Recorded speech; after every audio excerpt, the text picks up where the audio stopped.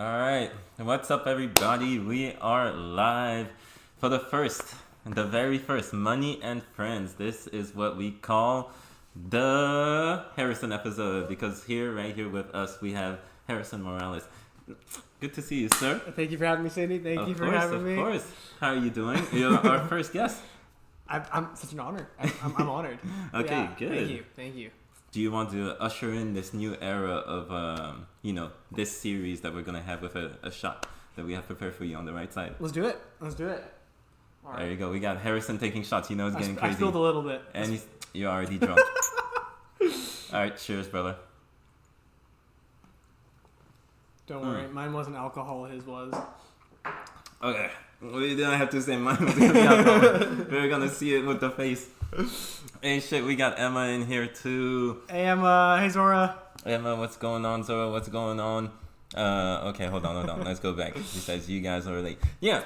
Actually, what are you doing? I just saw Zora's message. Thank you for wearing the rainbow apple hoodie in the Pride Month, LOL. However, we are not sponsored by Apple. We are not. Unfortunately, you're throwing we're not it all Apple. off. This is actually the perfect time for me. I wasn't going to introduce the sponsor this early, but can you grab the Camino Sours? Oh my lord! You got to plug it in early. Yeah, it's slightly open. You're so stupid. Thank you. Because he's wearing an actual Apple hoodie, we got to make sure that people understand that Camino Sours is our actual sponsor, unofficially.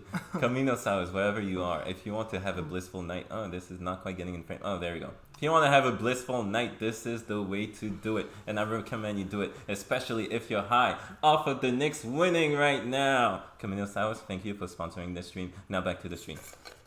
Okay, now that we've established that, you're okay with the hoodie. Oh my lord. Okay, so I know they're saying an interview, but do you want to tell us a little bit about yourself and the people? Hey guys, I'm Harrison, and I'm currently unemployed, which is why we're starting it with that. which is why we're starting it with this. Wait. If you're also unemployed, a thumbs up in the chat or something like that. Oh, we're supposed to hype up this stream, and you took it all the way down from the beginning. Okay, keep going. My fault. Nah, but I'm in the screenwriting program, and we don't say the school just because. This is streaming in front of 4 million people. We don't want people to know where we're at. Yeah, no. Nothing against the school. We go to very prestigious. We go to Harvard. We go to Harvard University. There you go. We're currently at Harvard Film School. The equivalent of Harvard for film. We are at Harvard Film School. We're studying everything about film. But yeah, and that's why we're streamers. We're streamers. He's a streamer. I didn't mean we. That became a very group thing. No, but okay, perfect. Also, Zora, hello. Emma, hello. How are you guys doing? We also always ask the guests also on the stream how they're doing. Good to see Emma. Got to shout out Emma because it's her first time on here. And also, I don't know if you know, she will be your follow-up. She will be the second guest. Oh, dang. Take notes. Actually, this is a whole, I'm actually doing breaking news. I haven't told anyone. I just realized. So, now that we broke the news, you know what? That would be horrible. You know how Tom Holland is, horrible with, the spoilers when it comes to, the Spider-Man movies? Yeah. I feel like I would be horrible at that shit. You would be horrible. Yeah. You gotta keep it down low. So, yes, spoiler alert. Emma's fuming right now. On her end of the line, she's like, oh my gosh, Cindy, you weren't supposed to tell people that. She's ready. She will be guest for episode 2 of the series, so that's great. But right now she's here in the chat for the first time, which is great. Emma, can you tell Angela to join? I tried to reach out to her, but she didn't respond. She can't just. She said she's mad because she can't just use the basic Emma. Because there's probably someone Emma, out there. Yeah, that's Emma already. Yeah, that happens. Your stream is your username is so loud, Emma, because this system doesn't allow me to use Emma. Yeah, it makes sense. And Infinite Fineness, okay, my brother, Infinite Fineness, what's up, man? right there, my actual brother. His name is Wes. He's the co-founder of this stream, and also a big-time moderator for this channel. Oh, also, real quick, guys, this is gonna get real loud, but we're gonna do this. There's no other way to do it, so prepare your ears. Lower down the volume. It's just I gotta put some background music, and we're gonna do the Persona one, but it's gonna be loud at first. All right, I'm giving you a warning. Lower the volume real quick. Up the volume. wasn't even that loud, I think. Their ears are bleeding, Sydney. I hope you know that. You've forgot. just caused ear damage and millions and millions and millions of viewers all around the world. There we go. This should be good. And Wes, again, I thought about this because of you. Let us know, Wes, because again, you're the moderator, so we need to know volumes. Also, I forgot one thing. Oh, there it is. Because that way I can monitor the volume myself on my end. But okay, let's go back to. We always read the messages. He says, Wes says, I'm out and about. I need a beer. Desperate to go back home to drink. Good day, good man. Good to see you. Didn't catch your name. Bro, he said didn't catch your name. This is the co-founder talking. It's in the fucking title. The disrespect. Oh my the God. disrespect, Wes. Come on now. Harry Potter. I've been knowing about you like for years now. You know, like come on now. Exactly. All right, and also now that Wes is here, now that we have Emma, that we have Zora as well, all people that are very into film. We're going to first talk about one thing that came up in our discussions recently. It was Project Hail Mary. And by recently, I mean like 2 months ago when it came out around. But yes, Project Hail Mary. I love the movie. I would give it like a 9 out of 10. Like, I really loved it. What about you, Harrison? He's trying to get me canceled. That's what he's trying to do. No. Especially about the film community. Okay, I liked it. It was a good movie. Yeah. It was a really good movie. Okay. I'd give it like an 8 out of 10. Okay. Good. That's still a solid score. Yeah, still a great film. And what was your major grip with the movie? My major issue was I didn't like the order in which it was like the events were told. I kind of wished it was told chronologically, and I kind of wish we spent like the first half of the film on Earth, and then we moved into space in the second half. Yeah. I didn't like how the movie kept jumping around back and forth. I was really into certain scenes, and I get thrown back to the past, and then. Yeah, I think so. When we first talked about it, I think the main reason you mentioned was that like it took you out of scenes that you were emotionally invested in. Yeah, and it was because I think the way I put it after seeing it, it's a really good movie that was like, in my opinion, just short of being great. Yeah, and and because they had the content there. All like the scenes with Rocky, all the scenes with Grace, they had it. The meat was there, and that's what got me because there were some like moments where I was just like really into the movie. I was on the verge of tears. My dad actually just saw it recently for the first time. Oh, really? He loved it, and so for him that was not a problem. No, yeah, he loved it. Okay, got it. My dad loved it, but he and then I was on Amazon because my family we have an Amazon account, like a shared one, and I was looking for something. And I see like the search history. Mm-hmm. It's like a Rocky like plushie. You mean like Amazon store, not Amazon Video? No. Okay, gotcha. Wait, who was it? Did you figure out who was trying to get the Rocky? My dad, for sure. Yeah, and my mom hasn't even seen it. So. Oh, okay, gotcha. Do you want to tell us a little bit about your mom? Oh yeah, my mom. Here's a shout out. My mom is she's an actress, and she. In her prime time, she was a Broadway actress. She used to, if you've ever heard of Jersey Boys, or if you've heard of, they did the show on MTV? Yeah. No, it was like a Broadway original. Oh, that's Jersey Shore. Oh, not no, Jersey. Like this guy, uncultured, bro. Yeah, I am. No, I'm kidding. I don't really watch theater that much either, but. Okay, gotcha. Did she get into any acting for film or television, or strictly? Yeah, she's been in. I know she was in a couple, or at least a Hallmark movie. She's like played aside, but she's nothing wrong with that. Yeah, she's done a couple small things, and then she's been doing a lot of verticals recently. Okay. Wow, getting into verticals. And that's probably the first person I heard that's getting into verticals on the actor side, because it's always like people that. Yeah, I know a couple people like actors who are like for verticals. It's a begrudging type of thing for actors, but what about your mom? How does she feel about it? Work is work. That's kind of how she sees it. Her goal is to get like a permanent side role on like a long running TV show. Okay, like that's where she's at. But she definitely because before me, she was out in New York for 20 years. Got it. And just doing all that. So, and I get all of my The older I've gotten, Yeah. it's funny because when I was little, I wanted to be like more technical. I wanted to do like be an engineer, and I wanted to do all that stuff. Yeah. And the older I've gotten, the more I've become like my mom. Like Okay. I'm legit that Geico commercial, and like it's like I'm becoming my mom. Like I'll see myself saving on coupons. yeah. I'm like, what the heck am I doing in my I life? remember exactly which Geico commercial you're talking about. Yeah, and I'm like, and so she's definitely like, she comes from a whole family of like creatives and artists and Yeah. whatnot, and so I might be on her. I don't know if anyone else who was a writer, but On your family side? yeah. Oh, Yeah. I don't know if you're asking me because I don't. No, have I'm the just answer. looking at you because I'm like, I'm thinking you're my emotional backboard Okay, right got now. it. Reflection. Yeah. No, with that being said, though, I don't know if you want to touch on it, but Yeah. you know, the fact that you are. Oh yeah. It's- I'm adopted. Okay, cool. Adopted representation, I suppose. Adopted representation, which is always great. But I would like you to touch on that for the stream because to me that was one of like the cool things. Once I got to know you, that I was just like, oh shit, he's adopted. I think you're the first person that I met within my close circle that was okay. adopted. So yeah, tell us about that experience and what that was like. How old you were when you were adopted?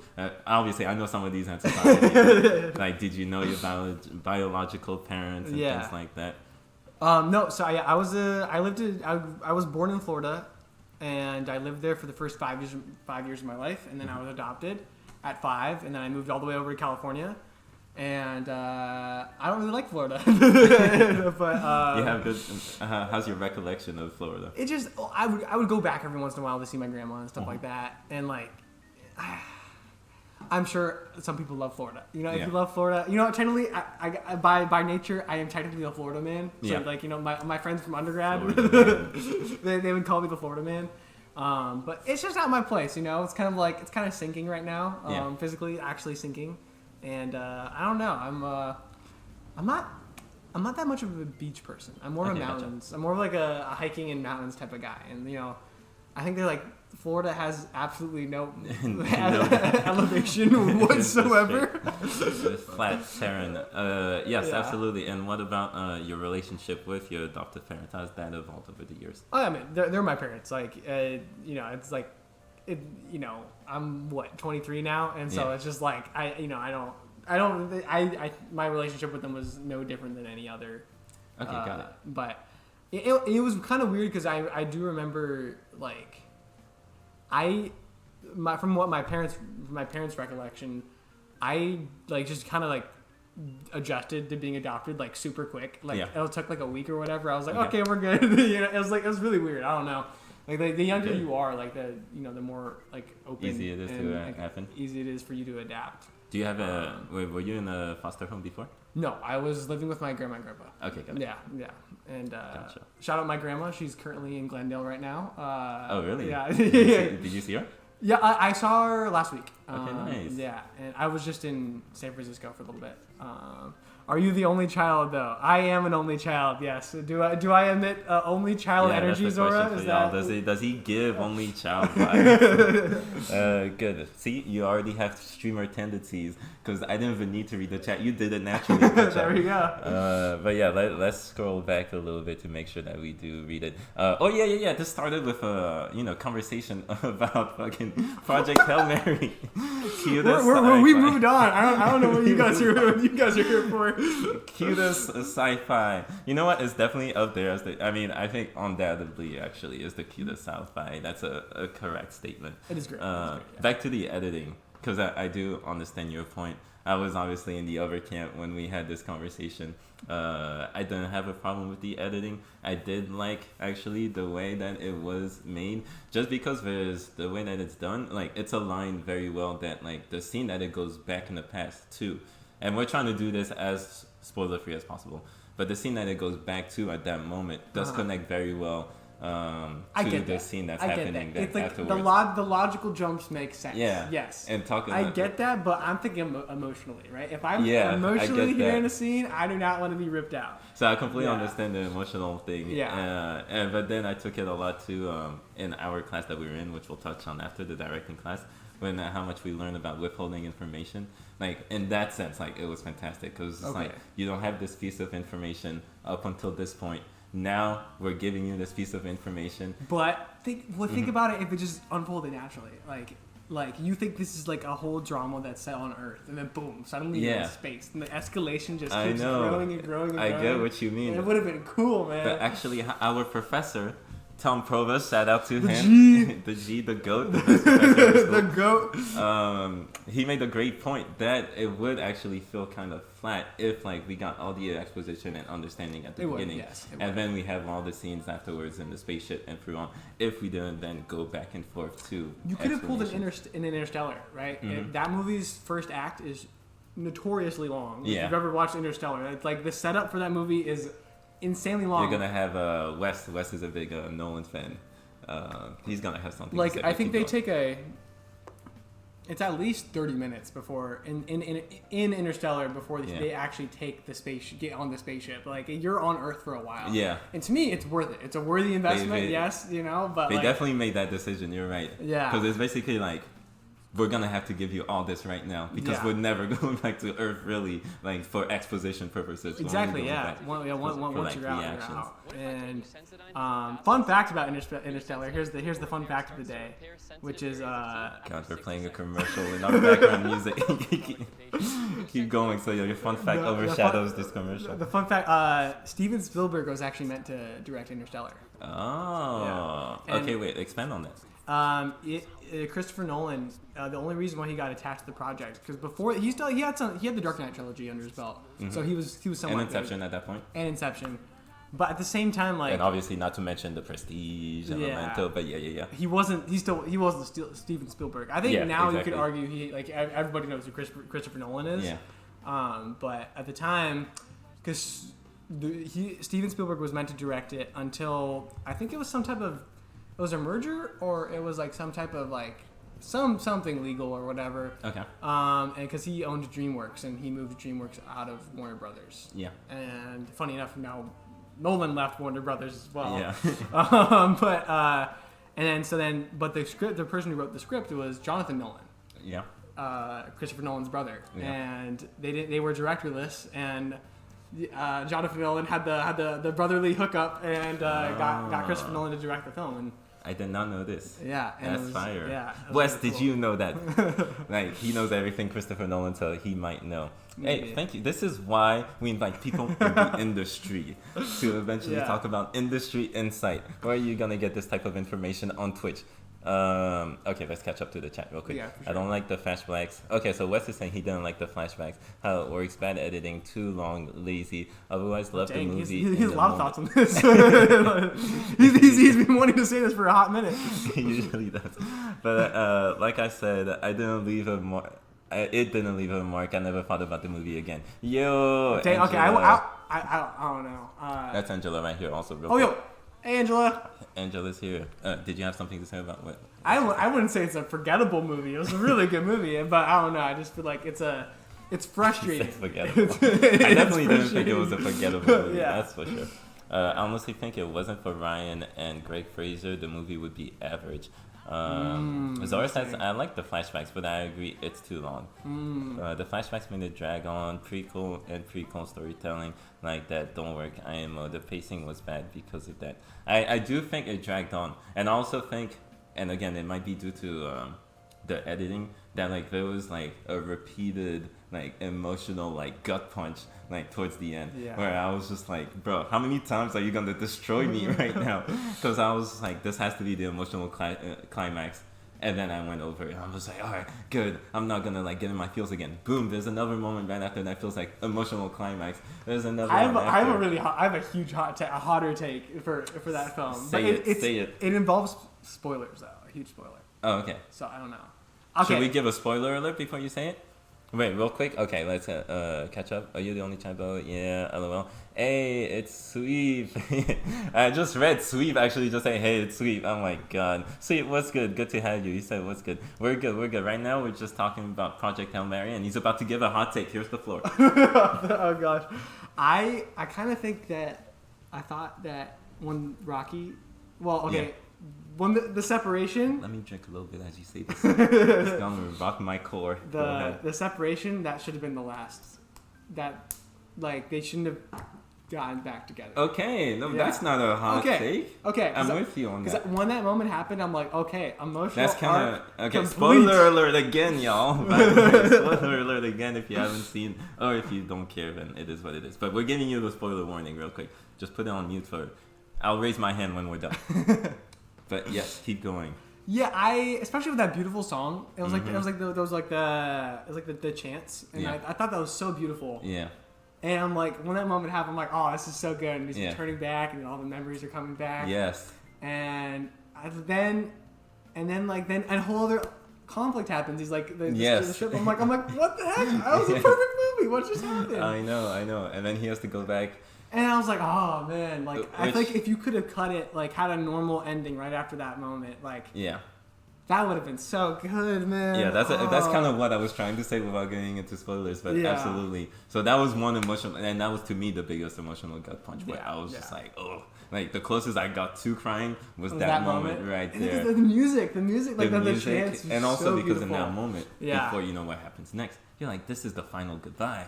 Like they created this beautiful know. friendship, and he Yeah, plus already saved he him. has to go back to Earth to complete, like, you know, Yeah. like to have that full emotional. He starts off on Earth, doesn't want to go, Yeah. gets kidnapped, forced to, and like does his job, and he has to come back. To me, that's like Yeah, that that's makes sense. when you study when you study the hero's journey, right? It's a circle for a reason. You start one It's a place, screenwriter for you you. end up at the same place again. Yeah.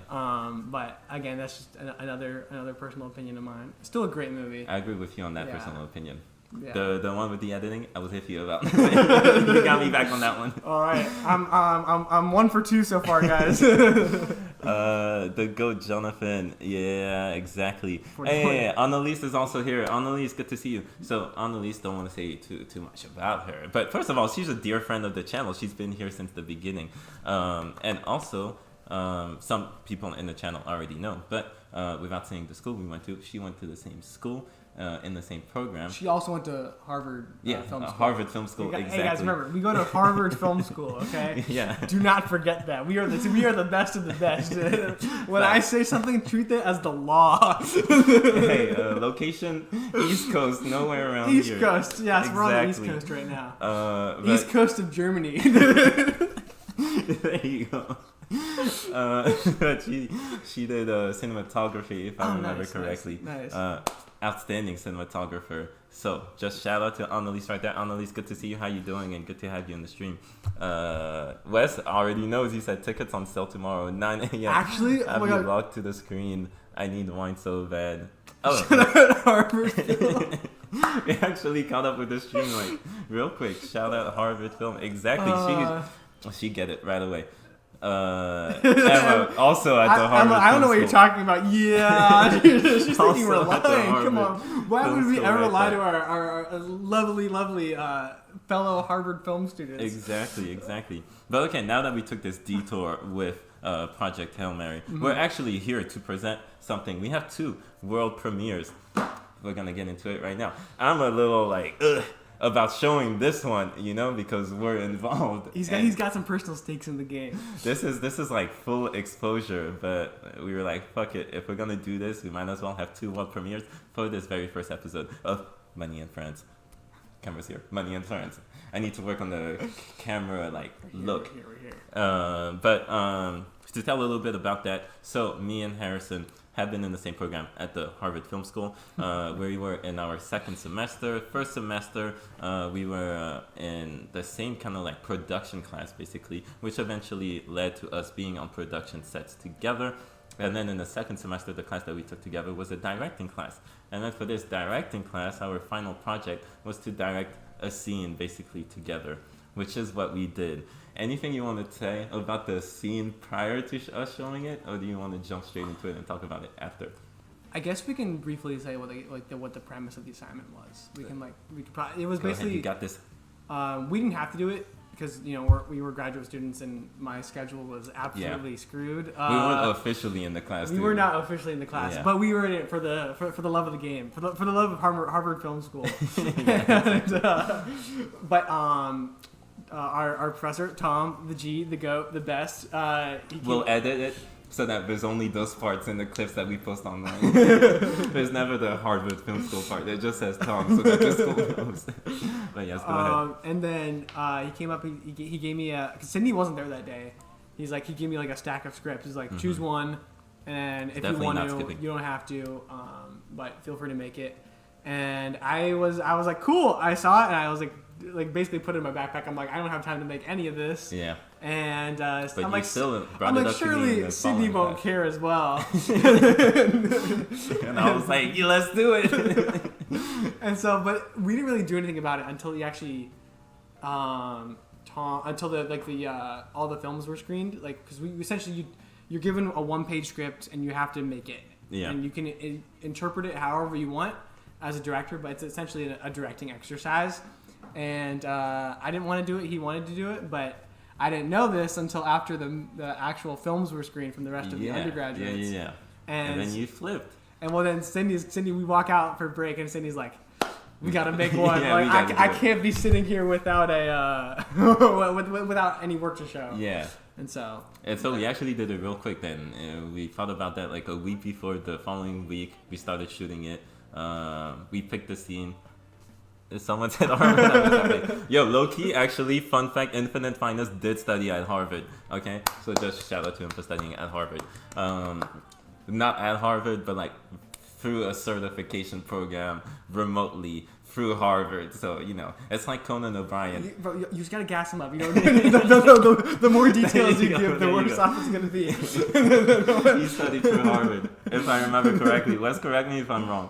But yes, and so eventually, like within just a week, we kind of decided which script we were going to do because we had like 7. Which you picked the script, so credit to you. And then eventually we were like, how can we contextualize this in something that would be interesting, and where are we going to do it? And so we were like, we're going to do it here. So we actually shot it in here, and eventually we turned the script, which actually is somewhere around here.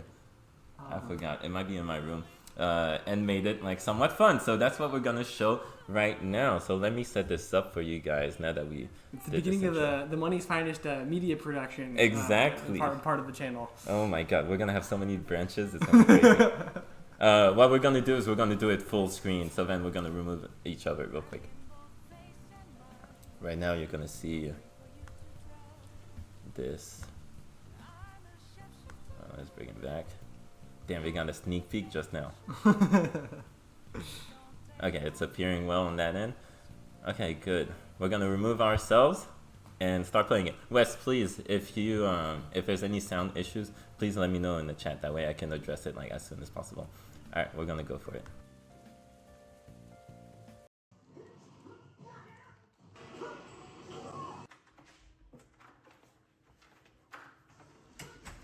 Hey, what's up, man?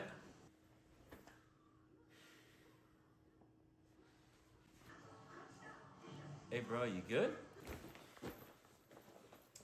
Drew's going out with Abney. Oh no. You like Abney, right? Yep. Wow. Drew? Drew's a total douche. What's that all about? You know what? I'm gonna start being a douche. It's good to be a douche. You know what? It's better to be a douche, I think. No. You're nice. Better to be nice. Why? What's that gonna do for me? Well, I like you for it. Of course you do. What does that mean? We play your games. We eat your food. We watch your shows. We do what you want to do. We do? Really? What does that make me? You do the math, man. You know, that right there, that's a pretty good start on being a douche.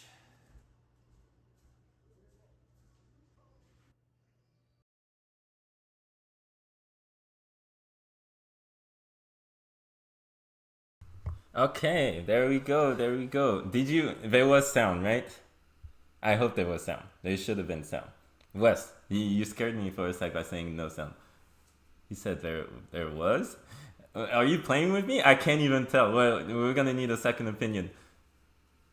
Zora or Emma or somebody, please tell us if it was sound. That way, we feel better about making you guys sit through 1 minute and 36 seconds. Did it go blank sometimes for others? Not on our end. And I did join the stream, like, myself, and it didn't seem like it was going blank. It feels like it went well. There was sound. Okay, thank you, Emma. Jesus Christ, this dude is high, and that's our moderator right there. Oh my goodness. You know what? I don't even know how well we can, like, show this. Is gonna require me to zoom in. Hold on, let's go there. All right, fuck it, we're gonna do it like this. All right. So let's start with the beginning. A good breakdown. It's gonna be quick, but yeah, we started with like an establishing shot there, and actually let me go full screen. There we go. We start with, first of all, establishing the video game, then eventually entrance shot of you. There we go. Then eventually establishing a shot of me in the space. That's the directing. Back to you. We wanted it to be wide, and then we got in closer, especially because right now it's a reaction shot, so you want it to be closer. Hey, if you want to step in at any moment to say anything, let me know. Nah, man, you're handling it good. Eventually, here we're in the medium shot of you. You got my snow vinyl in the background, my anime collection. Anyways, let's keep going. Back to the same level of shot. We wanted to use the posters for a visual indication of our kind of like mental state. And so right now, I look high as fuck, but I'm joyful and I'm like playing the video game, having a good time. Hence, we have Chopper in the frames when I'm like doing, I'm having my shots. Eventually with him, we'll see the Zoro in his, but it's back to this shot, you see this, we're having a conversation. Then eventually, you're looking at me. That's when I decided I wanted to be a douche. That was clipped from a real life altercation. Yeah, you switch. This is your moment where your character switches. Here, this is a shot we played a lot with. I don't know if you want to add things about the decision that went into this one. We almost didn't put it in. We tried to mess around and get it out, but it ended up being Tom's favorite shot. So, oh, really? Yeah, he said that? Yeah, he said he liked it. Yeah, because we played around. So with here, we had which was difficult to do because there's just us two. So whenever it's a scene like this, he's the one holding the camera and directing me. And whenever Harrison was on like this, I'm the one that's Also, can you look at the chat? Just to make sure that this is working well. But yeah, then I'm directing these ones for him. And so whenever we got into a double shot like this, we had to get creative. Where is it? And we put the camera against one of the wooden boxes that I have, and I used my phone case on the other side of the phone to keep it steady. And then in this one, you were walking in front of the camera as I'm behind. We had another one where it was from my perspective, and we had it aimed at the TV, which was the video game. And you were walking in front. It was because usually the teams in the class, it was meant to be 3 people. Yeah. One person directs, the 2 people act. Yeah. But we didn't have a third person. I guess we could have asked. Yeah, we could have asked someone. I'm sure Zora, in the Harvard Emma, film program Angela would have helped to help us. Yeah, we could have. And Angela could have been our cameraman. Yeah. And then. See, we actually cut to it a little bit. Yeah. That's the one right there. That we did. Then we moved in a little bit closer. This was my favorite shot. That one where you get me going, and plus it was so essential. And he was directing it, guys. Don't get it twisted. He's directing this one. No, I'm just kidding. It's also my favorite shot, and not because I'm in it, but I love the angle that you picked on that one. Yeah. Again, fun fact, movie magic. We had to move the Chopper poster. Everything was moved. The Chopper poster, the location Cindy was sitting in. Yeah, that was completely different than. And also, this was shot multiple times in the day. The earlier ones were shot differently. This one was shot later. Another one was shot. Yeah, so this one right here, y'all probably didn't see it in real time, but this shot and this shot is on 2 different days. That's another day. That's why it's way brighter in this one. Because it was getting late at night on this one, so I think this was the last shot we took of that day. That was, yes. And then we came back to it the next day. But yeah, we're trying to make it as coherent as possible. There you go. Now on this one, you see the Zoro poster. Can you say we're live now on this one? Yeah, for sure. There you go. So here you see the Zoro poster. which again kind of fits his mood. I mean, you see his face too. And that was me directing it. I do like this one too. It was good. Yeah. Oh, thank you. I appreciate it. Then, inserts. I had to show the video game collection. This was him pointing at it. Yeah, now we're back to this shot. Back to him having the conversation. And at the end, get up and leave. And so the progression of it for, the last tidbit was that we started literally on basically the left side of the room and made a progression across like this, like a semicircle basically. The blocking I wanted to try to accomplish was a hook. Yeah, exactly. The blocking, it follows the direction of a hook, and at the very end, because narratively this was a hook. Yeah, it's a bait and switch. And did you even say that when we were prepping? I don't even remember. Narratively, it was a hook, so I wanted it to be at a hook. No, I don't remember that. Yeah. Did you just come up with this right now? No, I just came up with it right now. Okay, that's fire. But the straw hat doesn't fit. Zora says. Do you have any? Oh, on me in this. It doesn't fit.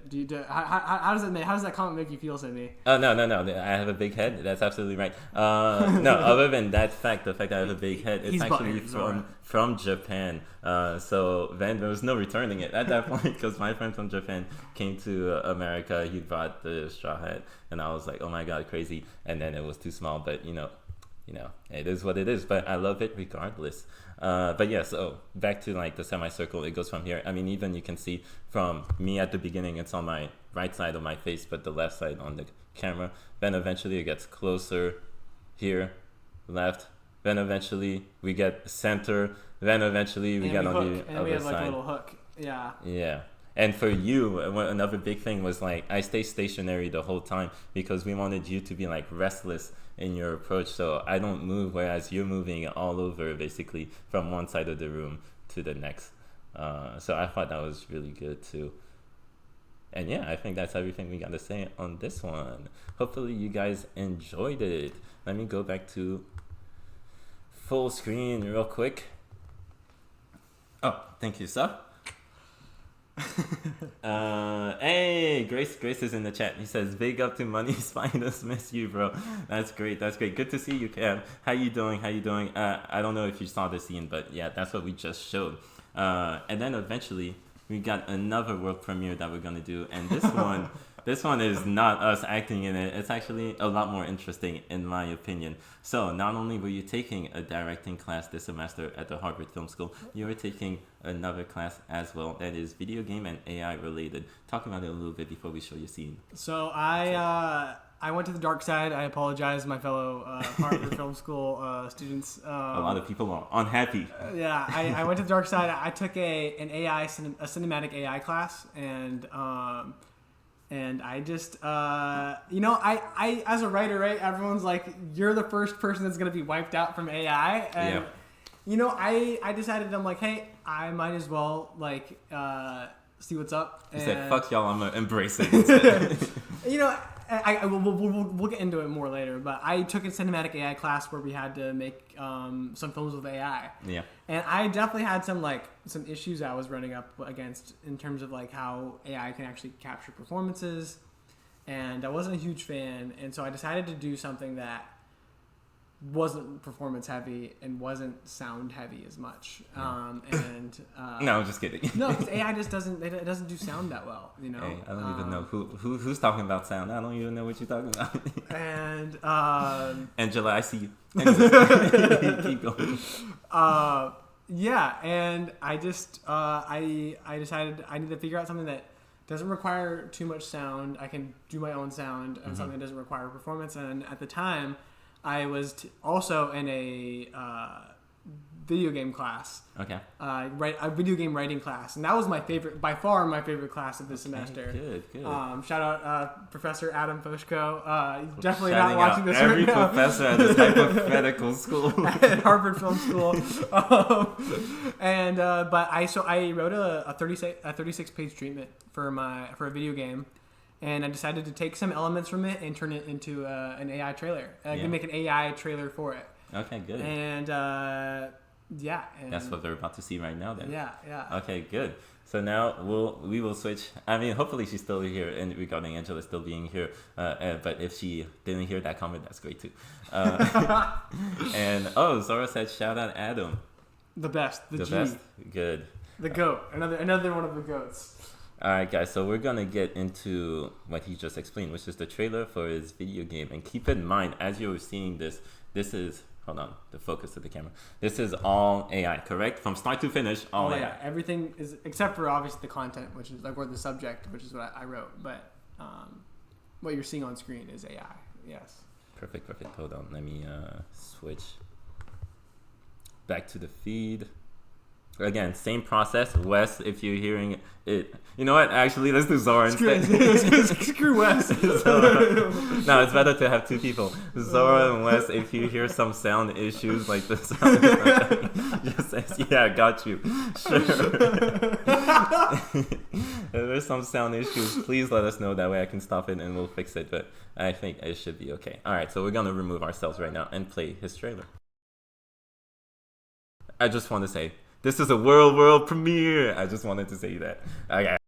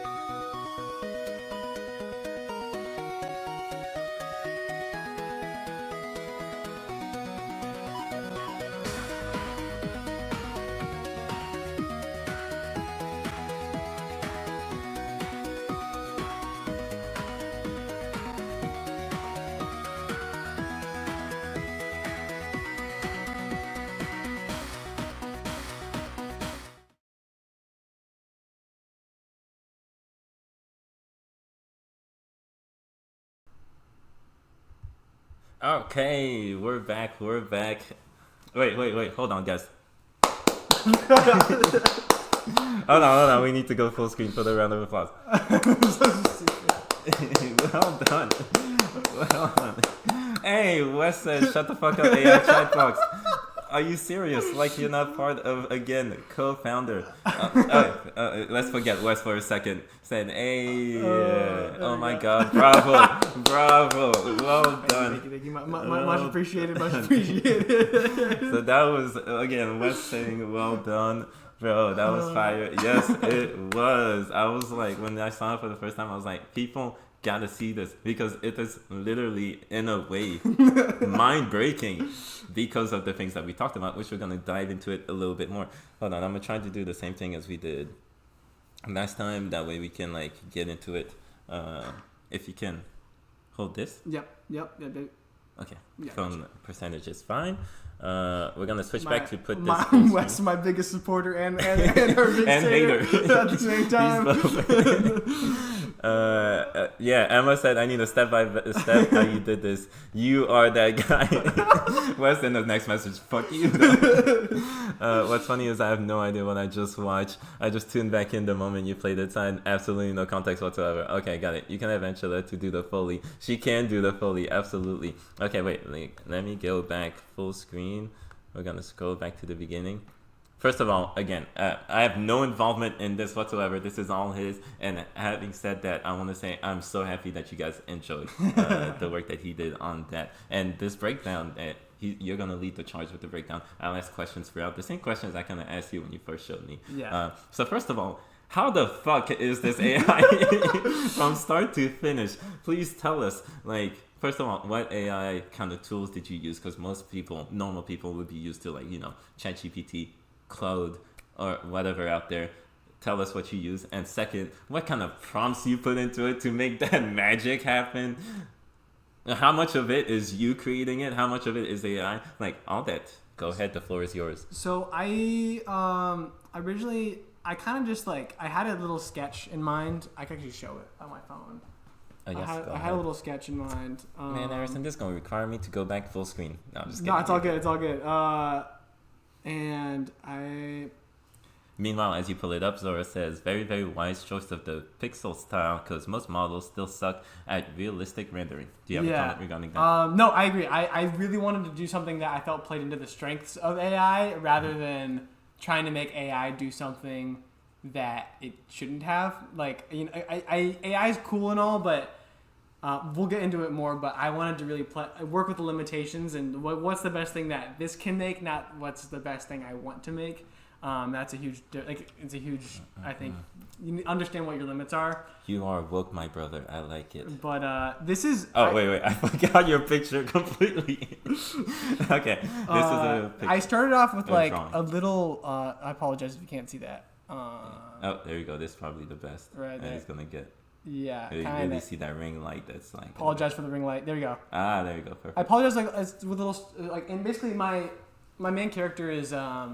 you play as a... First of all, sorry to interrupt. I just want to say, you drew that yourself. That's a great drawing, first of all, my guy. No, go ahead. The premise of the game is you take... there's this baseball player. He's up and coming, but at the start of the game, he gets his soul knocked out of his body as a baseball hits him in the head. Mm-hmm. And the whole point of the game is to get his soul back. So you take him to the afterlife while controlling his unconscious body to get his soul back. And then so it's like a bandaged up baseball player. His name is Wally Wiggins. Sounds a little like comic book-esque. I tried to go for that. It is. And, I like the name. And it's So how did it turn from that to this? So I was writing a lot at the time. Around midterms is when I really started to mess around with the AI. Like the presidential election midterms? No, I'm just fucking with you. Keep going.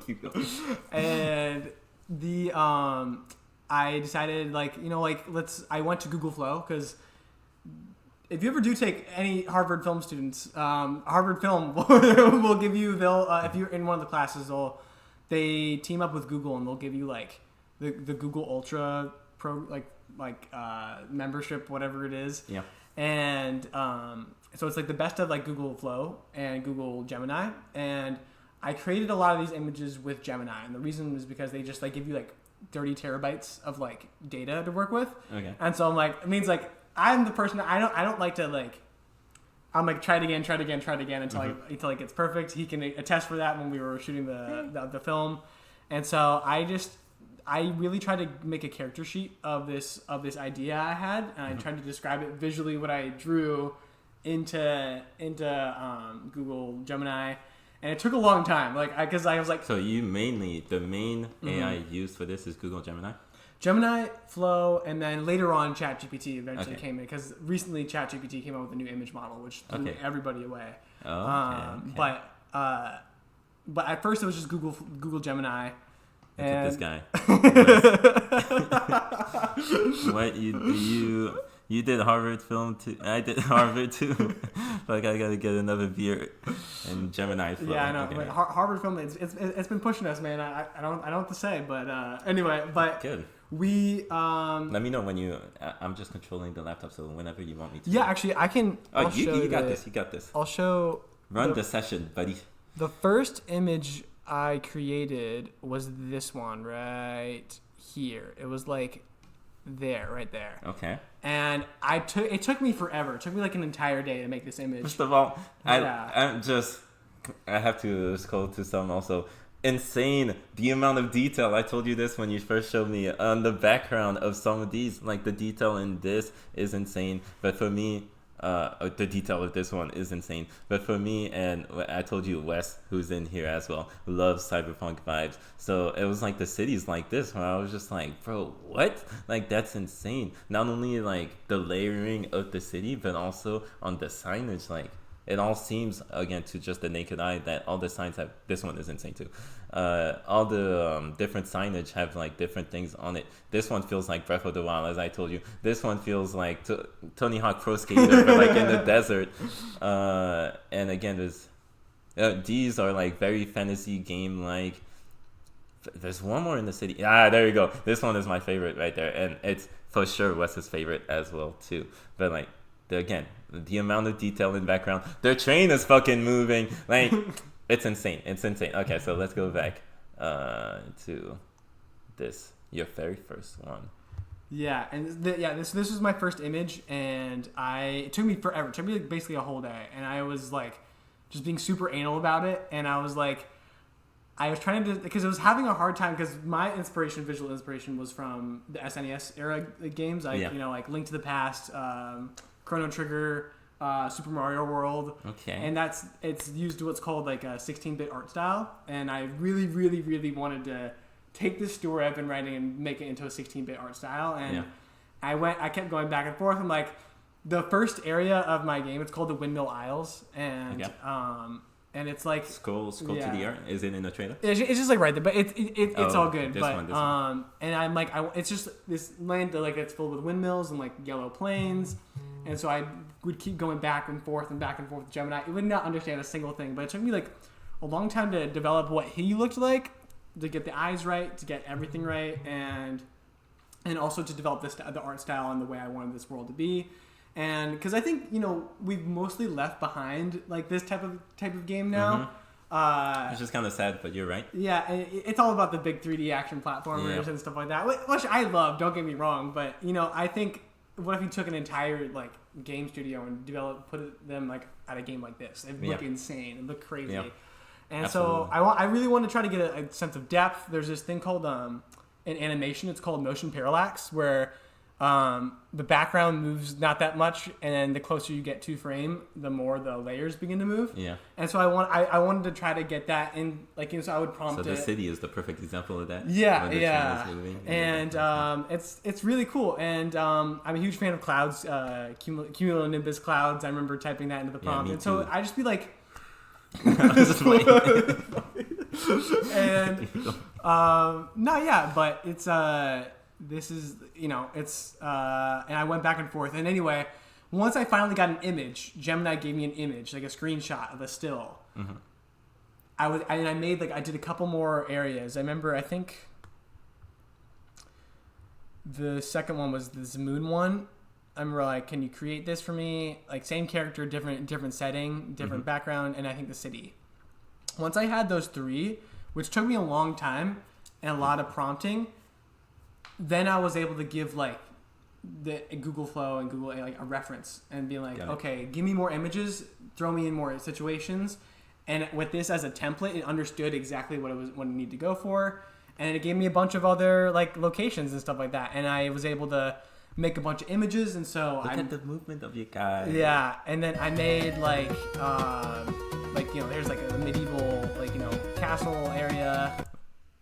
Just because I don't think they were able to hear you because the music was playing. No, it's just like a medieval castle area, and then a forest areas, and it wouldn't. And so this one, yeah, beautiful. Like I said, Breath of the Wild vibes. Yeah, and but it needed me to struggle for the first couple images, and because it just doesn't understand what it's doing, and AI is so weird. Like I remember I was talking another story, but I was at an AI festival recently, and I was talking to someone. They said they have a hard time telling AI just to have someone turn around in a photo.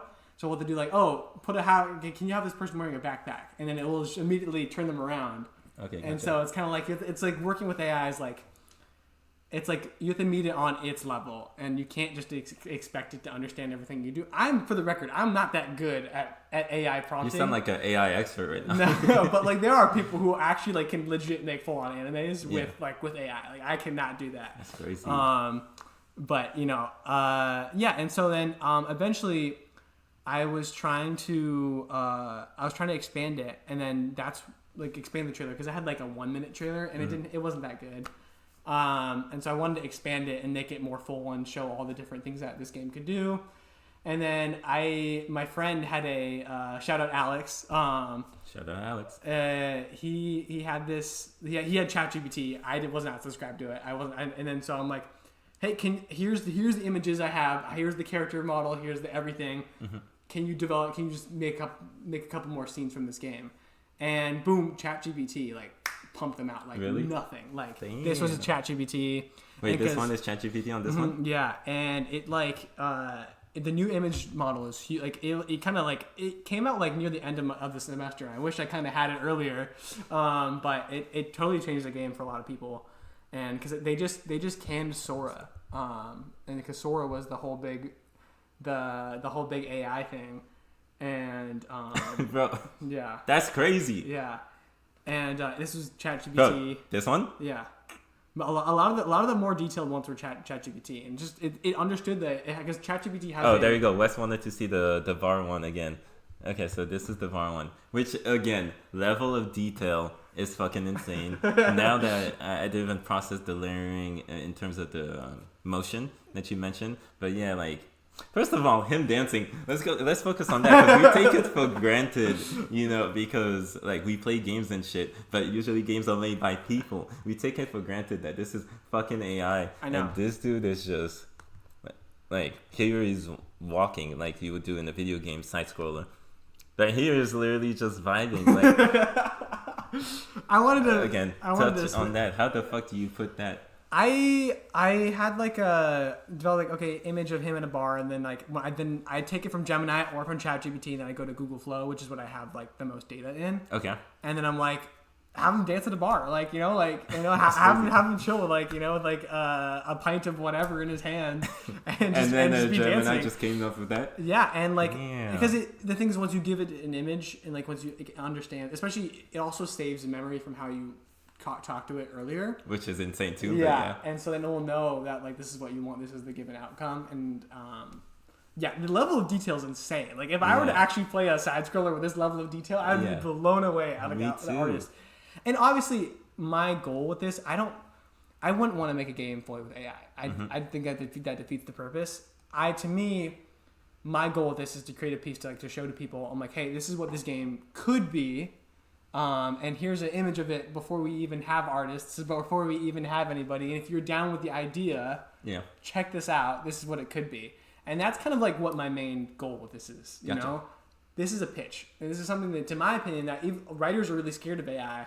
I think they should be excited because you can come up with a pitch and then you can make a trailer for it. Yeah.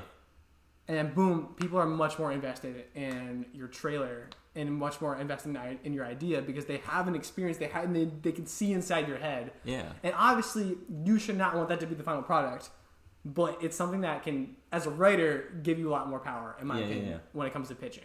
It's literally a visual concept of your ideas. Yeah, and this isn't I'm not super coveting over this. I'm not if I were to bring this to an actual artist and the artist is we could do this way better, I'm by all means, you know what I mean? But this is it gets the idea across. Yeah, exactly. Yeah. At least you're able to show them. Yeah. This is kind of it. Yeah. Emma has a question. Guys, I forgot to mention, if you have any questions in your head, I guess. It is a Gryffindor banner. I just saw that. Yeah. It's collaborative. This is why we're doing this on Twitch, so that you can ask questions as well. So feel free to ask questions in the chat, and we'll get to them. We're seeing every single message, including your dumb messages, Wes. So now, Emma says, which is a great question, how did you make the character consistent in different scenes? I didn't even think about that. So the best way to do that is to make a character sheet, and so it depends on what there's some way more super complex character sheets. I don't think I have mine with me right now, But you create a front image, back image, side image, and then a couple frames of like the character doing different actions. Oh, so okay. my character's a baseball player, so I had a frame of him like swinging a baseball bat. I had a frame of him jumping. I had a frame of him being, and had like a little on the side. There's like all the different expressions he can make. Yeah. And stuff like that, and just one page. And one so page, all these you yeah. drew yourself. No. Well, I drew the initial You drew the image, and then original. I said, "Let's take this. I said, here's the color. I want his hair to be dirty Got it. blonde. I want this to be 16-bit art style, Chrono Trigger, Yeah. all that stuff." So in a way, Yeah. to take the baseball analogy, you gave him softball first, Yeah. so that he can hit it out the park after. Huh? Precisely, yes. Okay. Good. And then and just just a huge character, and then that is what, and then once you have it create images, so for those first big 3 images, right? It took a lot, but like it, I at least understood. I'm like, I would submit the character page to Gemini, and I'd be like, using this character, set this character in a location where X is happening, or this is the background, or this is, and what it would give me back something I would hate. I'd be like, no, let's change it to this. And it's just going back and forth from there until I get a somewhat resemblance of something I like. Got it. And then I'll take that and I'll open up a new chat with it, and Gotcha. I'll keep working it with it, and then until I get what I want. That's fire. I was also Yeah. reading some of the messages, and if you want to pull that Yeah. up. Oh yeah. And there we go. I think Alex is watching. Oh, for real? Yeah. And That's dope. he just sent me the thing because I gave him Okay, that. we'll get to that real quick, just Yeah. because there's a question. And first of all, Asia is here. I'm sorry, Asia, I didn't even see because we were like analyzing this.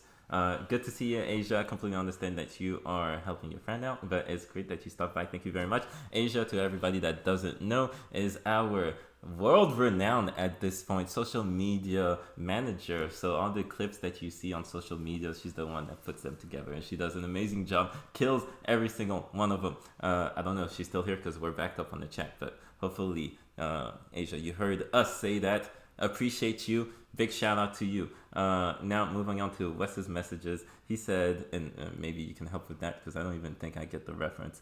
At the bar, he said, "Bro, that's Dr. Doom at the bar without the mask." It is, yes. But then he I said asked no. Robert Downey Jr. for his image and likeness, and he said yes. Oh, like right here? Yeah. Okay, to the right of the character. Gotcha, Yeah. gotcha. And then he says, "So my guy is," again, a question you can answer. "So my guy is wrapped in bandages because he's dead?" Yeah. He's basically, this is an unconscious zombified body. Yeah. Okay, got it. Then he said, "We don't need animators anymore. Sorry, guys, go home. Just enjoy the AI stuff." No, please still be an animator. I do not want this taking over animation. But then he had another observation and said, wait, that may not be Dr. Doom, but is that Gryffindor banner in the background? And actually, now that you say it, Wes, I kind of do see It it. does Yeah, I'll kinda look do like the mouse. Maybe you guys will Copyright infringement. What's her name? J.K. Rowling's gonna come for my see it. ass. Yeah, on the AI trailer. No, but right here. Okay, they do see the mouse. Yeah. Good. What else that I wanted to point out before we get to that? Right here, bro. This is crazy. For the record, that's not a quest board in my game I wrote, but Yeah. The Did you, chat created that, input- and I was like, I kind of like it. Let's run with it. You know? And there's a lot of things that you mentioned that way. Because, for example, even the name of this, it's not a name like that's actually in your story, right? No, it's not. Okay. Like, yeah, I with later on, I kind of got, once I had a basic image, I was like, you know what? Let's just. It create doesn't some matter what images. the details are. Yeah. I don't. Yeah. That's fire. But yeah, back on this. Did you ask it to have a quest board within this prompt? I did not. No, I did not. What the fuck? This is the mind-breaking thing. Yeah. The HUD, as we call in video games, the display of like your health, your items, and things like that. Did you tell it to, or did it come up? I think for the initial images, I kind of ran with if I can remember back correctly. It always kept the Fields Tower thing. I didn't want it to, but I figured it, in the sense of a trailer, no one's gonna really care. Yeah. But the HUD is like, I do like the Legend of Zelda style heart system, and then like a magic meter. I did like that. And Mummy, I initially planned it. I was worried people would like it, you probably think this is just a random mummy, but like this is like in the treatment I kind of included what's called a garb system, and so you can change him into different clothes, and he'll have different like social effects on the people around you. But I kind of just, because he's always dressed in the mummy outfit. He's always listed as mummy. which is fine. But That makes sense. yeah, and that's where the HUD came from. And then you have like items down in the bottom right. Hey, Yeah. I like it. And then again, back to the quest board, just because of details. It's crazy that it actually. I guys, I play video games, so I'm really into this like. I guess nitty gritty thing, but it actually has like missing cat, like what the fuck, and it came up with that by itself. So clear the old mind with rewards for all of it. Like I'm blown away. This is like I know. AI stuff. I know. Let me see if there was more messages. Wes said to Emma's question. He said, "I mean, great question." And yeah, Alex was in here because Wes said, "Hi, Alex." I don't know if Alex put a message and I missed it, but hi, Alex. Oh, so now let's get. To this. Oh, wait, hold on. If there was any other messages. Okay, Emma has another question. When do you decide to open a new chat in Gemini? There are two big factors that determine it. One is once it just sometimes I get it produces an image I like and it's close to what I want. I'll immediately take that image into a new chat when it's like close enough and I like it, and like that's kind of personal taste, but. If you're ever making something and it gives you an image that it has the right lighting or it has the right whatever, take it into a new thing because then it's gonna not base the because it listens to the memory, like has a memory of what you've asked it for and it remembers the first image you gave it to. And sometimes while it's helpful, it can also be like not helpful because it's gonna sometimes remember it and you'll ask it to make a change and it will remember. This image got so crazy, but I just had to keep it in. I'll go back to that later. Okay, sounds good. But I put it here that way. Whenever you want to play it, we can just press play. Yeah, for sure. You want to show that real quick? Yeah, and then in regards to the chat, just if it gives you an image you somewhat like, take into a new chat. It's gonna now base all of its future like generations off of that image, and it's gonna be much easier for it to come to the conclusion you want to, rather than like having a bunch of different a bunch of different memories of all these different prompts you had for it before. You want to just like the more simple the better. So constantly like feel free to like start a new chat with a new image, and then the other. This is all new information to me, guys. Yeah, and then the other factor is if there's this thing called artifacting, and so essentially if you stay in a chat for a really long time where you're making image after image, it's gonna get really grainy with each image, and I don't know why. I don't know the technicality of it, but it's like. If you're in a chat for a long time and you keep making a lot of image after image, it's going to keep artifacting it. And I think it's because of like the information overload, and it's just going to look really fuzzy and it's not going to look good. And so, and you'll know what it looks like. If you're making an image, you'll immediately see like this shit looks horrible. Yeah. And so, yeah. And so just if you ever see it getting fuzzy, just take it out of there. And, yeah. And Zora, back to the character Great question sheet. again, Emma. This is what I had Gemini develop. Just a bunch of different like angles and different actions and different emotions. Gemini made that. Yeah, and this was made by Gemini. And the prompt that you put for that is give me like side looks. Give me a character sheet. Yeah. Got it. And it based on your original drawing. It suggested like another side character that I didn't even write. And I forgot It's crazy. I forgot the name of the character. Alex and I were laughing so hard at what it made. That was something so stupid. But yeah. This like. So Alex is watching it right now. Yeah, I think he is. If Alex is watching, please explain what was Alex's contribution to this. Because shout out to Alex. He came in with the ChatGPT help. So all like when it came time to expand my trailer, and I didn't really feel like Gemini wasn't coming through as much. Yeah. He had ChatGPT and like he took the images I had and like. Made a bunch, like just had it make a bunch more, and I chose and selected which ones I wanted. But hey, shout out to Alex for doing that. Okay, I'm gonna play this scene then, right here. This one, this one. Touch on this one because it's crazy too, and also. Again, game details, the expanded inventory. This is actually my least favorite shot in the trailer. Oh, really? I didn't like keeping it, but for editing, I liked the. Alex checks. He said "Surgical Sally." That was the name of the character. Oh, Surgical Sally was the name of the character. Gotcha. But anyway, this is like, let's see. None of this is in the game. You don't have pickaxes. You don't have swords. You don't have. But like, it's cool that it made it on its own. And I was kind of going for timing because I thought it was really funny how he kind of blows up and like while healing. This and is I'm also like, sick. I like what no. Boom. Okay, let's cut on that. I don't know what is happening, but boom, it looks funny. And this is actually something that happens in my game. And then like that. Yeah, but anyway. You actually even have fighting gameplay in this. Basically. Yeah, I'm so happy I was able to do that. But yeah. Highly recommend using ChatGPT for image generation. It's pretty good. Yeah. And this is this a boss fight or just like? No, it's like. In my initial idea, I thought you'd be getting blessings and stuff like that. It's kind of changed now. That's a character that you do encounter, but not for a different reason. Again, this is so sick. West said play it again, so we're gonna play it from the beginning. Well, like we're still talking over it, so okay. It's gonna be muted, even though they did like the music of it. Yeah. No, you know what? Because they did like the music of it. There's a way to low? do this. I'll just put it on low, yeah. But yeah, you can still talk over it as we do. Oh shit, what's muted? Shit, I put it way too low. Like we're not about to hear that. Okay, hold on. We'll put that at 50. Okay, what about this dialogue or text? That is actually game related, and it's like something reaches out to you and asks for you to save his soul. And I won't say what, but bro, hold on. You're gonna have to talk faster if we're gonna do this as the trailer is going, because I have so many questions. Okay, did you put this in the chat or did it come up with that by itself? No, I doubt that's the dialogue. That text you can. Okay, perfect. Okay, because then after there's a portal. How did that come about?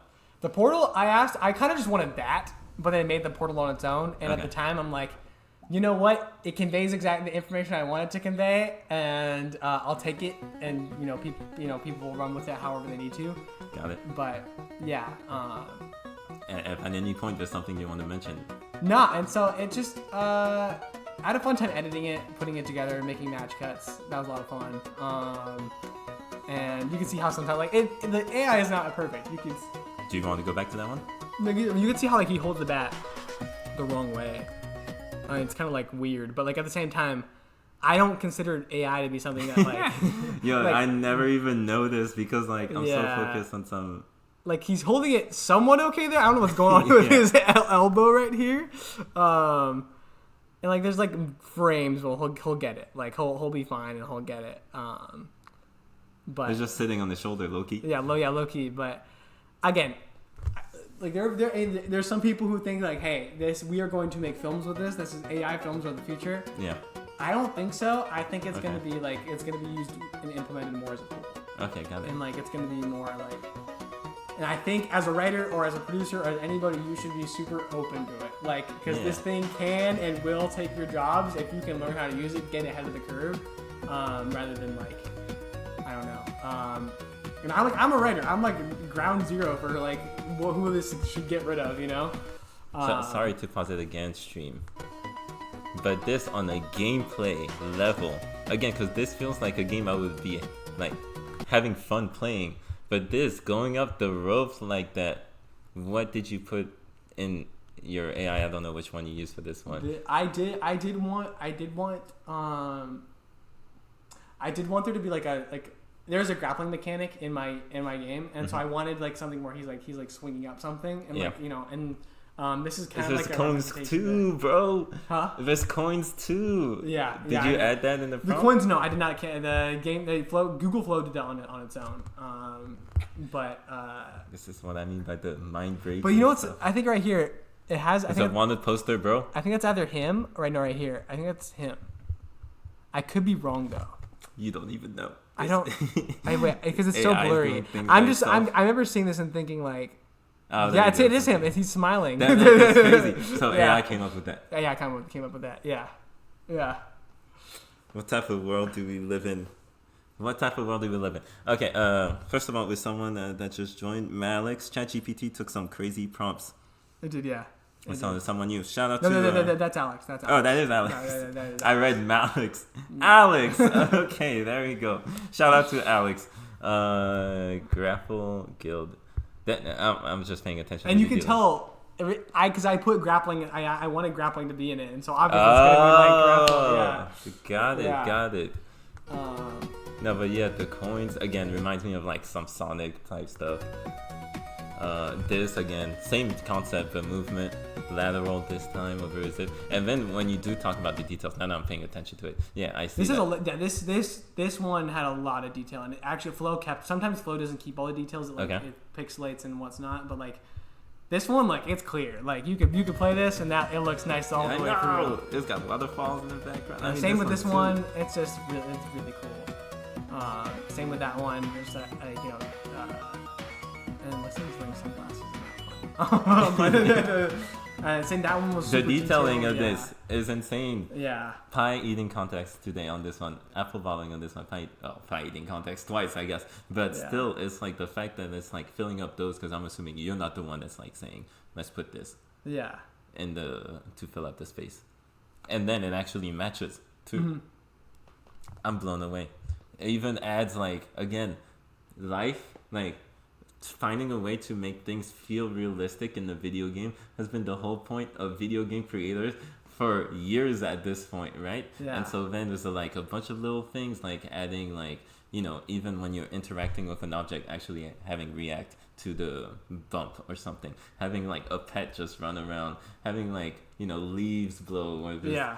And this AI thing just actually fills all that up to make it feel realistic. Like there's literally like a little fox walking through that makes the world feel alive, even if it doesn't make sense. I mean, it's a video game; it don't need to make sense. So it's actually crazy. Yeah, but in a trailer, like you're much more open to like the crazy stuff, type of stuff that can happen.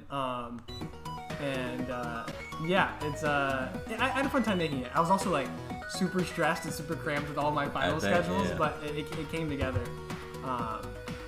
And sometimes like the animation's like definitely not like 16-bit animation, but hey, we'll take it. Alex just followed. Oh yeah, the cable line was growing. Yes, the cable line was growing. Yes. The closer you look at this thing, the more weird and like all the discrepancies you're gonna see. Boss fight. You even have a boss fight. My favorite discrepancy that I was really hoping people would pick up on was the last clip. It's so funny. I love the name of it, so I wanted to keep it in. This name I did not make. Sir Ticklesworth, the wind-up horse. Oh my goodness. So funny, but I want to keep it in. I just want to see if it gets a laugh out of anybody. I mean, it did now. It went by so quickly that no one at the AI presentation, no one here noticed. And so it's but it was fun, and insane. It's actually insane. Yeah. Bro, and also this shot is actually objectively really cool. Yeah, I like that one. That's my favorite one. Just because you get the whole zoom out and the wind. Yeah. Okay. Talk about this shot specifically. And before you talk about this shot, just want to say thank you, Alex, for the follow. Appreciate you. Just wanted to. I know we kind of skimmed over it. I don't want to interrupt what he was saying, but thank you. I appreciate it. So yeah, talk about this shot right here. How much of it did you say, for example, did you say you wanted to be a zoom out?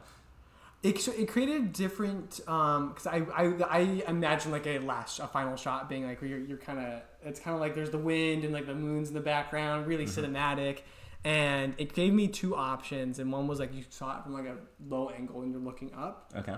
And it looked really cool on its own, but I think as a final shot, it didn't work. I'm blown away. Yeah. Because I know I've never used this shit to this extent. And even to normal extent, I don't really use AI. It gave you two options? Oh, yeah. For all the video options. Really? You could have it give you 6 or 4 or something like that. And it's just Harrison, so which option would you like? Yes, I renamed Flo into Alfred, my personal butler. Yeah, exactly. And also the amount of detail. It actually even took the time to put a little city in the background. Yeah, and that's actually so this is actually something from what I wrote. This is got it. Because there's a whole part of the game that takes place in the forest, and there's an inner grove that you go to and talk to people and whatnot. But yeah, and it gave me this, and I wanted a zooming out shot, and it gave it to me, and it was perfect, and I loved it, and then I literally screen grabbed that. You did? And used it at the AI presentation. That was my background image when I was talking about the game. Oh, by the way, I pitched this game over at Amazon and MGM. Hold on. And it most nerve-wracking experience ever, but put you back to full screen as you say this. Yeah, I can find it. I can find it. Yeah, as you do that, I'll read the chat. Yeah. Infinite says, West says, Alex, finally, there you are. Yeah, no, for real. Like, we were talking about you this whole time, and maybe you were, like, lurking in the background. But it's good to have you. And again, thank you for the follow. Wes, thank you for saying that. Yo, Wes, give Alex a shout out, even though he probably doesn't stream, but give him a shout out. Why don't you? Real quick, let me see how much did we miss. Okay, Wes had a question. I'm trying to. Let me scroll back. We're gonna read these messages before you saw that. Oh yeah, there you go. Wes said Emma Smart. She's actually thinking out here. The only one actually thinking.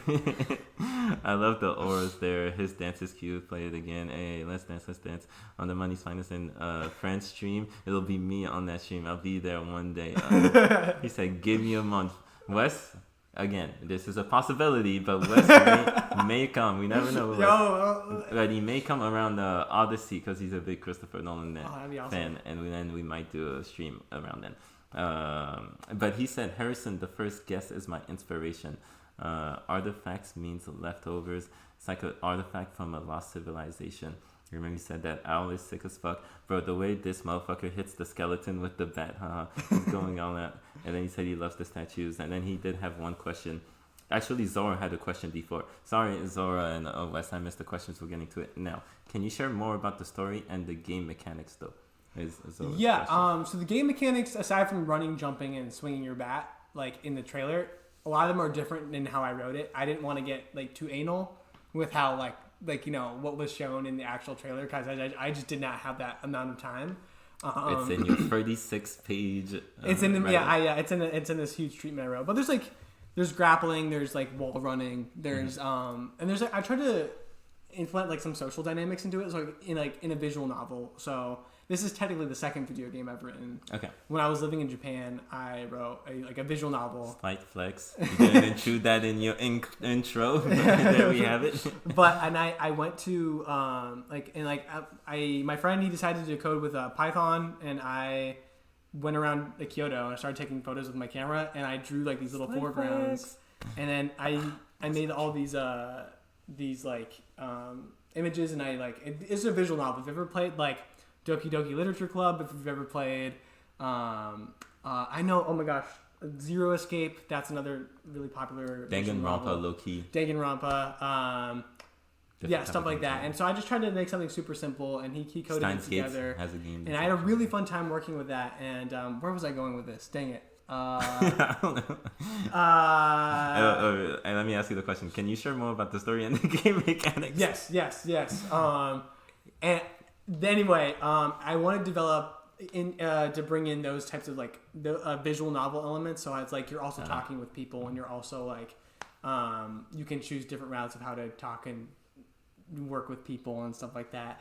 And I really wanted to take that and combine it with like your platforming and jumping and combat and platforming mechanics together into a game. And this is kind of what that game is for me. And so I had a really fun time. Like this is like I didn't expect this to be like something that actually happened this semester. And I was expecting to go to this class with like, okay, this is like, I'll learn how the mechanics of video game writing work, but it'll kind of be a blow off. And then it ended up being like my golden goose, And I had a really fun time. Just kind of like, I spent so much time on that treatment, and it's so far my proudest thing ever at Harvard Film School. You should be proud of it. And that's good. And Wes, I had another question. Mm-hmm. What is with this take control, don't take control thing? I think it's at the very beginning. Yeah. And the portal happens. So the whole premise of the game is you're taking control of someone else and controlling his body to save him, but it's kind of like the game acknowledges that you are a separate person. It gets a little meta. I don't want to spoil too much. I also just don't want to spend too much time rambling on like the nitty gritty details of my game. But there's some like meta elements where the game understands that you are like you behind the monitor is a separate person from the game, the person inside the game. And so I want to. It's a huge part of the game. But yeah. Perfect. Van Zora said the cable line is growing. LOL. Yeah, it was growing. Yes. Zora said this shot is like Zelda, which again, there's a lot of shots in it that feel like that, and like you mentioned in the hood, the health bar as well. Wes said Alfred, Batman fan. Hey, that's dope. That's a dope comment. We'll pin that comment. I like the subtle movement of the background. Emma says. Wes says when you were talking about, which we can touch on now, Amazon MGM. Fuck. And then Emma actually followed up saying, wait, you pitched it? So you want to talk about the fact that you went to a big, was it a big conference? Yeah. For AI? So just Thursday, so almost a week ago, there was this huge event called AI on the Lot. And it's like supposedly the world's biggest AI conference. And so there was like a bunch of huge people there, like Paul Schrader, the guy who wrote Taxi Driver, was there. Okay. And he was talking about he's like super into AI. Okay. I think that's crazy though. Yeah, and I think I just read this thing where like says he had like an AI girlfriend, something crazy. It was some 80-year-old dude. Damn. And then a bunch of big people were there. The biggest one that I kind of fanboyed over was Gareth Edwards was there.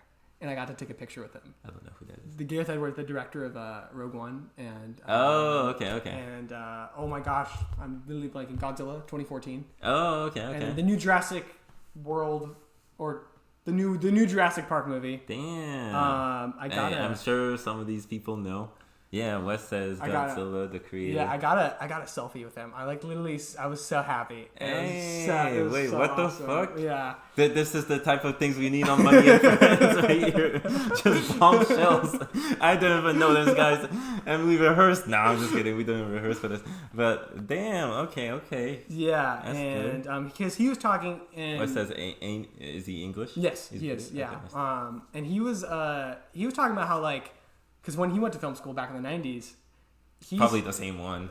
Harvard Film School. Harvard Film School. We all go to the same place. You know, success follows success. So I don't know what to say. But he said that after he graduated film school, he thought he was not going to get a job anywhere. Okay. And he said like he was horrible at like doing it like the traditional path. Got it. Everyone was making these little short films. And so what he did is he decided to get really into VFX and CGI. And in the 90s, everyone thought VFX and CGI was going in the trash can, going absolutely nowhere. That's crazy. Like, if you remember that, do you remember that? Is that clip of The Rock in like one of the first CGI movies? And he's like some scorpion. It's like the Scorpion King. I don't know if you guys know this. Oh, The Rock, Dwayne The Rock Johnson? Yeah. And it's like this CGI clip of him. It looks horrible. And yeah, I think they showed it. They showed that at the masterclass. Really? Yeah. And it's just like that's what everyone thought CGI would like amount to. Okay, got it. But he decided to double down in it and got like a VFX CGI job, and then that's how he really broke in and started making actual films. And it wasn't through film school; it was through doing all that other stuff. And so then, but he said at the time when CGI was first breaking into the industry, right? It felt the exact same as it does right now with AI. Got it. You have a bunch of people, like a bunch of Hollywood purists and film classic purists who are super against it, but at the same time, like, you know, like it's gonna happen, and it's already in post. Like AI is already everywhere in post, and it's like, And I'm not trying to like. I think like as a writer, you should be excited because then you now have a whole like thing that can help you pitch at the very minimum. Yeah. We're gonna edit this so well, and we're gonna send it to our school. I'm gonna get actually canned. Like, look Harvard's at one of your students is preaching on AI. We're really gonna what do they say? Aggregate you on social media and be like, this guy is all in on AI. I sound like the biggest AI glazer right now. I swear I'm not. Yeah. But that's funny. But back to the AI conference. So you go there. First of all, you ended up being invited by one of your professors, right? Yeah. My AI professor, he liked the video game trailer. He's like, Harrison, I want you to present this in a week at this AI thing and like talk about it. And I'm like, okay. And like obviously that's something you say yes to, but I was not prepared in the slightest. And I wrote like a 4-minute speech, and I just like, you know, and then I wrote it, rewrote it, memorized it. and I was super nervous. And like the worst part was like the lead up to it, because there was gonna be people actually listening to you, and I was just, like, I hated it. But once I was on stage, I was fine. Okay, got it. It was really I saw cool. a little bit, and you did really good. Thank you. Yeah. I mean, I saw the whole thing, but you did really good. But yeah, it was fun, and I got what you saw. I showed them like a 40-second clip. Yeah. And people liked it. You know, it was fun. You know. He said people liked it. He got a nice ovation, guys. He got a nice ovation. But where can I see the pitch? Emma says. On the pitch, I have it recorded on my phone.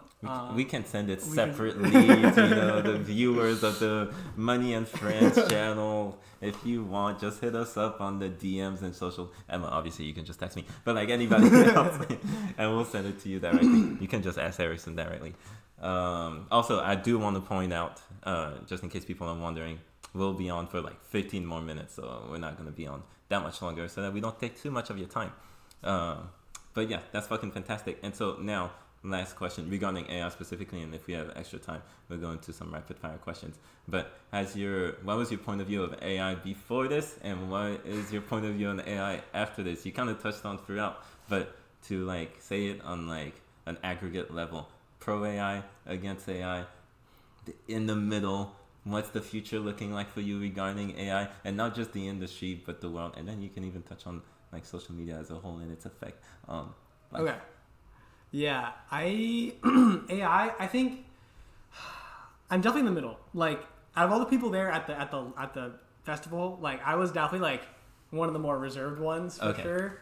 There's Wait, so actually I didn't even ask you that. Most people there were pro AI? Yeah. Okay. Yeah, definitely. And it was really cool. You know, like I don't like to be closed minded. Like, if someone sees a new way at getting around the block, tell me for sure. Yeah. But and you know, Paul Schrader, and this morning, Martin Scorsese just backed AI. You know, you know, and that guy's like 10,000 years old. You know, and but I think we have to like use it as a tool. Yeah. And I think it's irrational to have AI like, we're gonna make AI films fully in AI. To me, that's just like, you're excited just for the sake of AI. Like, I think you should be excited about like the little things, like, you know, pitching or like the different opportunities, and naturally it's gonna filter its way into the industry whether we like it or not. That's just how we are as humans. I think like we see an easier way to do something or a better way to do something, we're gonna do it. But at the same time, like I do not want it to replace people. Yeah. And the biggest thing is anyone can make an AI clip. Anybody can make anything with AI. So you're saying anyone can make this trailer that you just made? Yes, anybody can, but the difference is, to me, like, you still have to have a person behind it. Yeah. And you have to have someone with a creative vision, and as Gareth Edwards put it, or else you just have content. Got it. There's a difference between content and art, and you need the person is still there, and that's the important, like, and you can tell when there's a person behind it and the person with something to say versus when there's like, it's the difference between going on social media and just random posts about whatever. Yeah. You can watch that all day. It does not change your life any bit. Versus like, you go and watch a good movie or even a bad movie. There was still an attempt there, and there was still people behind it, you know? And the same thing applies with AI. You can have the greatest tool in the world. AI is never going to understand what makes a good story. Never, like, ever. Got it. And that's just like, and so it's comforting. Like, you know, it might get really good at making a really realistic image, but it's not gonna like AI make a movie for me about whatever. It only has everything we've already made, you know. And the cool thing is we can make stuff that we haven't made. Yeah. I'm poking a little bit, but you're defending AI a lot for someone in the middle. Part of it's like also like, you know, Instigator. People would like disagree with me. Like, people are like, oh yeah, we're gonna be able to make fully AI films. Like, I disagree. Like, what's the point of making a fully AI film? What do you have to like accomplish with that? You know? Yeah. There's like, it's not impressive. And I don't know. And so like, it's just like, I'm excited for how we're gonna use it in tools. And how we're gonna use it as like as an assistant, like, to what we still already do. But yeah. Got it. And with the last minutes that we have, Wait, real quick. Emma said, "This is way more inspiring than Harvard Film School masterclass." Hey, we made it then. If that's actually a comment from someone that goes there, I appreciate it. Infinite Finance says, "You remind me that one guy from that movie." Oh my lord, this guy. Wes, if you come up with who, then yes, drop it in the chat. Wes says, "Okay, I'll make an AI I'll be my AI." Maybe then he's gonna come up with something. But with the final minutes that we have, then back to society as a whole. Oh, this guy, bro. He said, "You remind me of that one guy from the movie." Oh Dang, my god. last year you're getting around, man. You've seen a lot of niche films, a lot of really rare art films. Honestly. But yeah, I know we've touched on it. 10 minutes is not enough time to really get into the conversations that we have continuously. But what have you seen has been the impact of social media on like today's generation, but society as a whole? And on top of that, if there was one thing that you would remove from society, what would it be? We were talking about this the other day. The reason why he's bringing this up because we had a super deep conversation about social media. After the AI thing specifically. Yeah, and I am not a fan of social media. I think it's like the worst thing to ever happen to society. To society as a whole. There's a lot of things that happen to society. Yeah, and worse than COVID? Well, we're not going there. We are not going. He's trying to get me canned. Well, I'm not going to set you up like this. Keep going. But no, I don't. I'm not a. I think like we were talking about like how like in the world like usually like there's things for you to worry about and things for you to be aware about, and usually that's like within your little community of wherever you're living, or like you have a social community, and to me that's the most you should be worrying about. There are people in that you can help right now. I need water. Do you have juice or no? Oh yeah. Assistant. You're gonna kill me, bro. we don't have an assistant on it. Hey, but come back for season 33. We'll have an assistant for sure. I won't do this whole thing though. I'll be like politely ask the assistant to bring it. But if you need water for sure, I'll get up though. Okay. Anyway, no, I think like social media makes us too aware. Like, there's so much stuff that is happening in the world that there's so much stuff happening on the other side of the world that I like logically would have no other reason to know about. And I don't think we're meant to like, you know, like I'm supposed to be able to see someone who's like having a good day, a bad day, or whatever it is, and help them and talk to them in person. And like social media like makes us worry about things that I feel like we shouldn't be worried about. 100%. And at the same time, like we were talking about, oh my gosh, like growing up. I feel like Gen Z. Yes, exactly. Gen Z, I believe social media has like played a huge factor in like the fact that a lot of us didn't grow up. Like, like we lost a lot of our childhoods because of social media, because we were constantly being shown like, oh, this is what you should be. This is what like a bunch of grown-ups are like, this is what we want to be.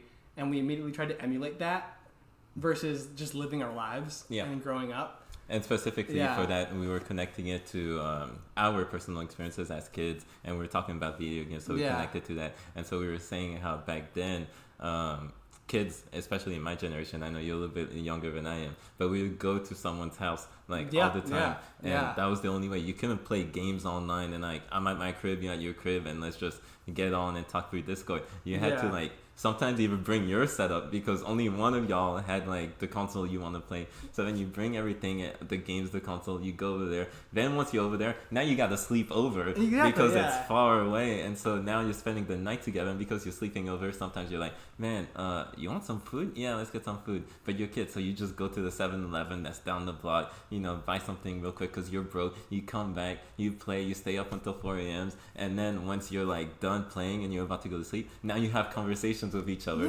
because like you guys are not tired yet and you're like kicking it. And those are like fundamental experiences that I think like today's generation, as you're saying, is not having. No. That previous generations might have had. Yeah. And we're saying this through the lens of video games, but I'm sure even generations before that may have not even had video games at all, were experiencing similar type of social interactions, just in different ways. So yeah, it's crazy that like that shift has happened, and I agree with you to some extent that like, I mean, I don't know about worried. It's not my job to be worried, but sometimes I look at today's generation and the social interactions that they're having, or the ineptitude in having social interactions is striking at times. Mm-hmm, yeah. Especially being an older statement at my Harvard Film School. Yeah, and yeah, I don't know. It's just it's like I kind of there's a good balance between like sharing life with people and like people are like, oh yeah, I can talk to someone all the time online now. But then that ensures you'll never ever see them in person, Yeah. And so it's kind of like same thing with AI. It's like, what are we gaining? What are we losing? Yeah. Exactly. And to add also to that last thing, because I don't want to make it too spiritual, but because you made the point, and I think I brought it up last time. I forgot if I brought it up in our conversation, because you made the point that you don't think like we need this much like connection or like knowledge. That you think like the community that you have around you is enough and actually should be what is the sustainable capacity of a human being, which is a very interesting thought that like I'm siding with you on. There's something in the Bible, guys, that if you go way back, and you have a background in it as well, with the tree of life and the tree of knowledge. The tree of knowledge exemplifies basically that particularly. And what does like God tell him not to do is to take a bite from the fruit of the apple. Do not bite the apple of the tree of knowledge, right? But I think again that's why like I like it a lot. And again, don't want this to be like too like spiritual / religious, but because there's so many things in it that connect to literally what are real things happening in life right now. And if you think about how far ago this was written, it's crazy that it's like connected to it. Is like we think about stories that are written for film or things like that. Like I'm taking One Piece as an example, and sometimes you're like, damn, it's crazy that One Piece is still relevant 25 years later. Think about the Bible being relevant like millenniums later, right? Yeah. And so the fact that like that was said like way back then, do not take a bite from the tree of knowledge, and now we're in this state in society where knowledge is like the epitome of like everything that we have, and we literally, I agree with you, have too much knowledge. We have too much knowledge. It's not sustainable for a human being to have this much knowledge, and you should definitely be connected to your perimeter more so than the entire fucking world. Yeah. Preach. Preach, bro. Hey, what's that good point? Preaching on a Wednesday. We should have had this stream on Sunday, brother. But damn, that's a good way to end the stream. I don't even think we do need to go into the I love how we're saying this on social media. That's the thing, actually. I did have there's been streams before where I went on a rant about social media. I'm like, blah, blah, blah. But I was like, I don't want to be hypercritical too, because like, we're literally on social media. On it. Then I'm like, Asia, post this on socials. So I'm like, it kind of is hypercritical, and I'm fully aware of that. Asia's still here. Thank you, Asia. But yeah, so I do feel hypercritical when like me and Asia are working on like clips, and you're like literally trying to think like what time would be the best time to get the most reach out of like these people, and it's like completely counter to like my own frame of mind. And this is like through this, but even I have a background in business and did marketing. It was the same thing in marketing as well. Like when I would be working in marketing, a lot of it was digital marketing, because it is there are some positives around it. Clearly you're able to reach a lot more people through digital than you are in person. So in marketing I see the benefits, and I'm like, oh, you know what, if we just, for example, I used to work at Pizza Press, and we were unveiling like a new product that was wings at the time. They didn't have wings, and we were like, well, how are we gonna try to get these wings like out to the people that they know, like Pizza Press has wings. Best way to do it, digital. And so boom, boom, boom, we do that. And what's the best way to do it? Find someone that's going to be like a quote-unquote influencer that's going to be able to be the spokesperson, quote-unquote, for this. Because they have a following of 15K people. The Apple of the world get people that are, celebrities that have millions of followers. And all of a sudden, you know about an Apple product, instantly reach millions of people, which is great for marketing. counter to my own personal beliefs, though. But that's kind of the dilemma, and I think again a whole separate conversation. But I think that's the beauty and like also the double-edged sword with humans is that we're such like dualities. Yeah, and part of it is because it's become like our nature. It's like no different than like 100%. Living in like Las Vegas and complaining about the heat. Exactly. Like, that's what I'm saying. Like it's just it's where we are right now. And it's bad like when you're on like YouTube or Instagram or whatever, and there's literally reels dedicated to getting you off. That's like, okay, stop scrolling. I'm like, what level why are would you we put at? this on social media? Because I am scrolling as I'm saying this. I don't know. Yeah. Anyway, I'll read the chat. Oh yeah. Let me scroll back because again, we're trying our best to not to miss a single message. Damn, Wes. First of all, Wes, I appreciate all the messages, 100%. He said, I just realized who Harrison reminds me of. Kimi Antonelli. Do you know who that is? Not a single. I don't know who that is either. Honestly, I haven't known a single person that we've referenced these times except Martin Scorsese. But that's neither here nor there. Harrison makes a great point here. I've thought about this before, in that people can't do shit about stuff that's happening in the world, but think they do. Oh, another point, which actually always it makes me think of Inception because of this. But a lot of people now their own thoughts are not their thoughts, and that bothers me so much. There's so many people I interact with. Again, I'm kind of older now, and so if I compare it to previous generations that I've had interactions with, a lot of things feel more authentic of these are your thoughts you're communicating with me. And now when I'm connecting with the younger generation, it's hard to have your own thoughts. It feels like sometimes I have this thought in my head of I swear I think I saw a comment on Instagram that said the same thing you just said, which bothers me a lot. But I think that kind of connects to what the West was saying right here. Awareness is the problem, or is it? Certainly people before only thought of what's around them. That's what their world, the world they knew. I'll say social media has made Wes people is getting too much. philosophical in these comments. That is great. Let's go, Sometimes we bullshit around on the stream, but sometimes we do get deep and philosophical. I say social media has people worry too much about the world. The world is the world, and Harrison is 100% right. You should focus on the people around you, your family, your friends, and perhaps more importantly, strangers, in the sense of helping people out. Also, you gotta help yourself first, not the world. Good point. And he said my full name. Goddamn. He said, good point. Help yourself before you help the world. Good job. Love your chat, Harrison. And Asia said, applause. Love your words. Thank you for them. Good stream. Sid, you added and monitored the conversation very well. Thank you very much. Emma asked very good questions. She sure did. Zora made very good points. She sure did. Applause for all of you guys, first of all, in the chat. Thank you so much for those contributions. And then Asia continued with the conversation. Wes, I'm gonna skip. First Wes said Asia is dope, Annalise is cool, but Asia kept going real quick and said, but the thing is, you're using it more or less just to get yourself out there, not necessarily sharing anything crazy. So you can be in the middle. You can use it for a purpose of a business sense, but not be lost into it. I completely agree, and thank you for sharing that point as well. And then he said, Harrison looks and talks like I have no clue who this He's is. the number one F1 driver right now. Oh, okay. Okay, there we go. Okay, I had no idea. What car does he drive? Italian, a 19-year-old. They look alike. Philosophical is my thing, right? If Harrison had longer hair, we're literally twins. I'm dying. Exact same smile. And they do the same thing with their eyes when talking. We're getting very That's just judgmental. Analyzing you to the core. That's crazy. The blinking Jesus. Okay.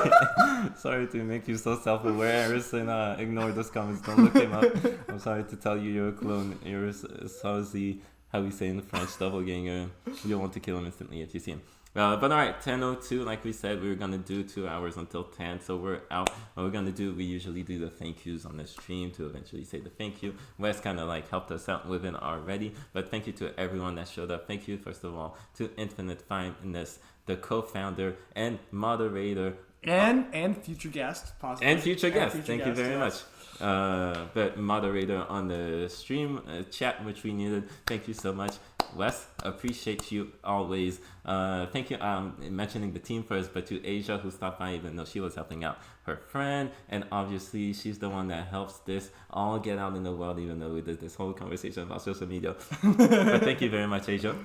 We wouldn't be like what we're doing right now if it wasn't for you. So shout out to Asia as well, and then to all the additional guests, to Angela, to Emma, to Zora, to Alex that showed up. Thank you, Alex, also for the follow. Appreciate you. Much love for that. To Grace, that was here as well and stopped by. I appreciate you for stopping by, Grace. That was great. Anyone that I'm missing off the top? Oh, Annalise was here. Wes and anybody else help out too if I'm forgetting anybody. I said Emma, right? Yeah. How can we forget Emma? How can we forget? Harvard Film School's #1 student. The great questions and everything. I think I mentioned everyone that was involved. If I haven't, please let us know in the chat real quick. And to all the lurkers, stream wouldn't be the same without the lurkers. We always say that, but we mean it. And obviously, I would be remiss if I didn't say thank you to our sponsor, Camino Sours, because this stream wouldn't have happened without you. You're the ones that keep the lights on in here because you pay us so well. So thank you, Camino Sours. If you're trying to have a blissful night after this amazing stream, use Camino Sours. Thank you for sponsoring this stream. Now, and being the first guest on. Oh yeah. Thank you. Hold up. Now that I said thank you to all of them, thank you, thank you for coming on, for starting this series of streams that will have live guests. It was a pleasure. I couldn't think of an even better guest to have, and you ended up bringing such great content but also great conversations to the stream. So on the behalf of me and the rest of the team, thank you for joining. Thank you for having me, everyone. The floor is yours if you have thank you for having your local unemployed Harvard film student join you again. Hope to be back relatively soon. Ignore the unemployed part. He's being humble. And y'all are the best. And Cindy, thank you to our great moderator. Absolutely killed it. And he's gonna go big. We all know it. And guess what? We're all day ones. Remember that. We're all day ones. We're all day ones. And when you make it big, remember us little people. Hey, what they say? Rising tide elevates all boats. Exactly. Rising tide elevates all boats. So bring us to the top when Let's you're there. This. Being the first guest on Sydney's. Why does he keep using the full name? Jesus Christ. On the Sid stream, you really are a great guy, smart dude. Wish you the best future success. Wes, this is what we want from our moderator, bro. You're about to make me cry. And I'll see you in August, he says. Emma says, hello. Emma, good to meet you. Annalise said hi. Yeah, she did. And I did mention Annalise. Nice to meet you. You're funny. Oh, yeah. That's my actual brother right there, Emma.